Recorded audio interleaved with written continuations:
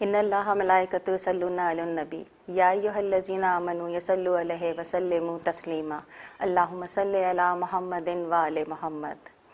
تمام معزز سامعین کو اور حاضرین کو میرا سلام۔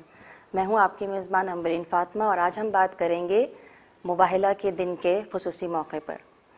تمام تعریفیں، تمام حمد و ثنا اسی پروردگار عالم کے لیے زیبا ہیں کہ جس کے قبضہ قدرت میں ہم سب کی جانیں ہیں، وہ خلاق عالم جو ہمیں بے شمار نعمتیں عطا کرتا ہے۔ انہی نعمتوں میں سے ایک نعمت آج ہمارے اور آپ کے ساتھ یہ دن، اس دن کی مخصوصیت، اس دن کی خصوصیت جو کہ مباہلہ کے نام سے منسوب ہے۔ مباہلہ یعنی سچوں کا دن، مباہلہ یعنی حق کا دن، مباہلہ باطل کو مٹانے کا دن، مباہلہ اس پنجتن کی خصوصیت کا، عظمت و سلامت کا نام ہے کہ جن کے وجہ سے پروردگار عالم نے اس کائنات کو تخلیق کیا۔ بالخصوص ہم اپنے بچوں سے بات کریں گے کہ اس مباہلہ کے دن میں کیا ایسا ضروری حکم آیا کہ یہ دن عید کا دن کہلایا۔ تو بچوں، آپ جانتے ہیں کہ اس دن کے موقع پر کیا ہوا تھا؟ سب سے پہلے جب پروردگار عالم نے خدا کے رسول کو حکم دیا کہ آپ دین اسلام کی ترویج کیجئے اور آپ اسلام کی تعلیمات دینے شروع کر، جب پروردگار عالم کا حکم آیا کہ اے حبیب آپ دین اسلام کی تعلیم دینا شروع کر دیجئے، اور جب خدا کے رسول نے دین اسلام کی تعلیم دینا شروع کی تو بہت سارے لوگوں نے اس تعلیم کا انکار کیا، جس میں سے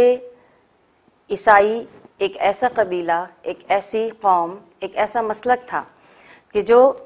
پروردگار عالم کے حکم کو بازبان رسول خدا تسلیم کرنے سے انکار کر رہا تھا۔ جب یہ موقع آیا تو عیسائیوں نے یہ فیصلہ کیا کہ ہم جا کر اس جگہ پر، یعنی جس کو حجاز کہا جاتا ہے، ہم جا کر دیکھیں کہ کون ہے جو دین اسلام کی دعوت دے رہا ہے۔ تو بس انہوں نے اپنے 4 پادریوں کو، جن کو ہم بشپ بھی کہتے ہیں، ان کو بھیجا اور کہا کہ جا کر دیکھیں، اور یہ خیال رکھنا کہ ہماری کتاب میں اس شخص کی یہ نشانی ہے کہ جو اپنے آپ کو نبی کہے گا، جو دین اسلام کی تعلیم دے گا، کہ وہ سادہ لباس میں رہتا ہوگا، یعنی سادہ لباس، سادی زندگی ادا کرتا ہوگا، اور اس کے گھر والے بھی سادگی پسند ہوں گے، اور اس کا کوئی محل نہ ہوگا، اور وہ سوکھی روٹی کھاتا ہوگا۔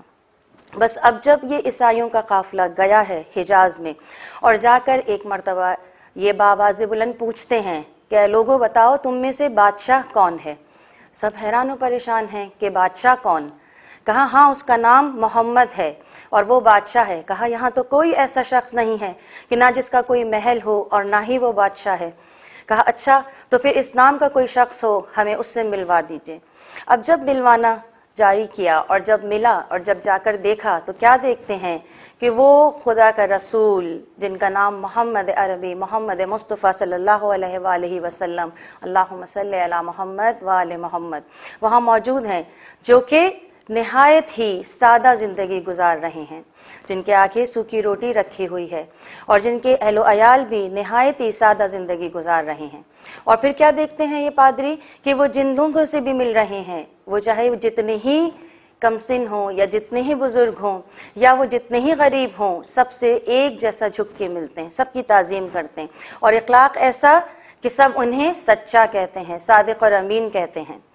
دیکھ رہے ہیں زبان سے، نشانیاں بھی معلوم ہیں، لیکن اقرار کرنا نہیں چاہتے۔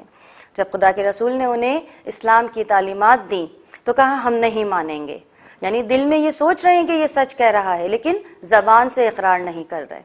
تو بس پروردگار عالم نے آیت کو نازل کیا کہ جو آیت سورہ آل عمران کی آیت نمبر 61،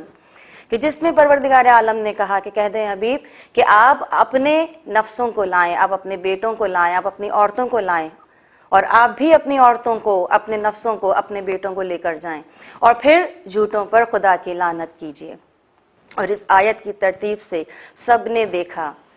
کہ وہ ایک ایسا قافلہ چلا آ رہا ہے کہ جس قافلے میں سب سے آگے خدا کا رسول ہے، اور ان کے سیدھے ہاتھ میں ہاتھ ہے امام حسن علیہ السلام کا، گود میں امام حسین علیہ السلام ہیں، پیچھے شہزادی کونین فاطمہ الزہرا سلام اللہ ہیں، اور ان کے پیچھے علی مرتضیٰ چلے آ رہے ہیں۔ یا یوں کہوں کہ سامنے رسالت چل رہی ہے اور رسالت کے قدم پر عصمت کے قدم پڑ رہے ہیں اور امامت کے قدم عصمت کے قدم کو چھپاتے ہوئے چل رہے ہیں۔ کیوں؟ کیونکہ جب تلوار سے جنگ کرنی ہوتی خدا کے رسول علی کو سامنے لاتے ہیں، لیکن یہاں پر سچوں کا ساتھ دینا ہے، دعا کا معاملہ ہے، زبان سے، عمل سے، کردار سے جنگ کرنی ہے، تو شہزادی کونین کا جانا لازم ہے۔ کیوں؟ کیونکہ خدا خود کہتا ہے کہ جس سے فاطمہ راضی، زبان رسول خدا، جس سے فاطمہ راضی ہیں اس سے خدا کا رسول راضی، اور جس سے خدا کا رسول راضی اس سے پروردگار عالم راضی ہے۔ بس جب پہنچے ہیں اور وہاں پہ ایک ایسا سکوت چھایا تھا کہ جیسے کہ کائنات ساکن ہو گئی ہو، اور جب دیکھا ہے تمام پادریوں نے عیسائیوں کے کہ یہ تو ایسے چہرے ہیں کہ اگر ہم نے ان کے ساتھ کوئی مباہلہ کیا، کوئی بحث کی، تو یقیناً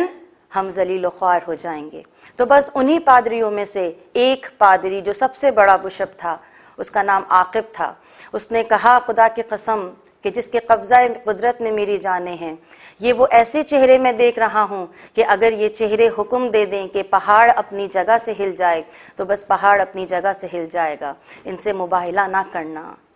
بس اس کو تسلیم کیا، اس سچ کو تسلیم کیا، اور جب سچ کو تسلیم کر لیا تو ایک مرتبہ نعرہ تکبیر اور نعرہ لبیک کی صدا بلند ہونے لگی۔ کئی عیسائی مسلمان ہوئے، اور جو اس وقت مسلمان نہیں ہوئے تھے ان سب نے کہا کہ ہم اس کا فدیہ ادا کریں گے۔ سچوں کی یہ جیت ہوئی ہے، اور یہی وہ جیت تھی جب پروردگار عالم نے پنجتن کی شان میں آیت تطہیر کو اس سے پہلے نازل کیا تھا، اس وقت اس پنجتن کی شان میں اس آیت کو نازل کیا، اور جب واپس پلٹے ہیں تو عصر کا وقت ہوا اور امیر المومنین حالت رکوع میں جب انگوٹھی سائل کو دیتے ہیں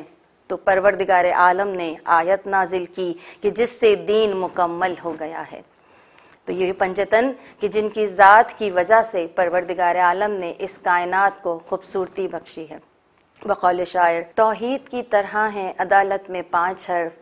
اسلام کی طرح ہے رسالت میں 5 حرف، ایمان کی طرح ہے امامت میں 5 حرف، کر لیجئے شمار قیامت میں 5 حرف، پوچھے کوئی راز خدا اصل طرف سے، معبود بھی ہے پنجتن 5 حرف سے، تفسیر میں گنو تو یہی 5 حرف ہیں، تدبیر میں گنو تو یہی 5 حرف ہیں، اور تطہیر میں گنو تو یہی 5 حرف ہیں، اور تقدیر میں گنو تو یہی 5 حرف ہیں، حکم خدا سے قلب کے روزی رساں ہیں 5، یہ ہاتھ کہہ رہا ہے میری انگلیاں ہیں 5، اور نماز کے اوقات کو دیکھا تو وہ بھی 5، قرآن کے اوراق کو دیکھا تو وہ بھی 5، دیکھو تو دین حق کی حقیقت میں 5 حرف، اللہ میں مثال ہے شریعت میں 5 حرف۔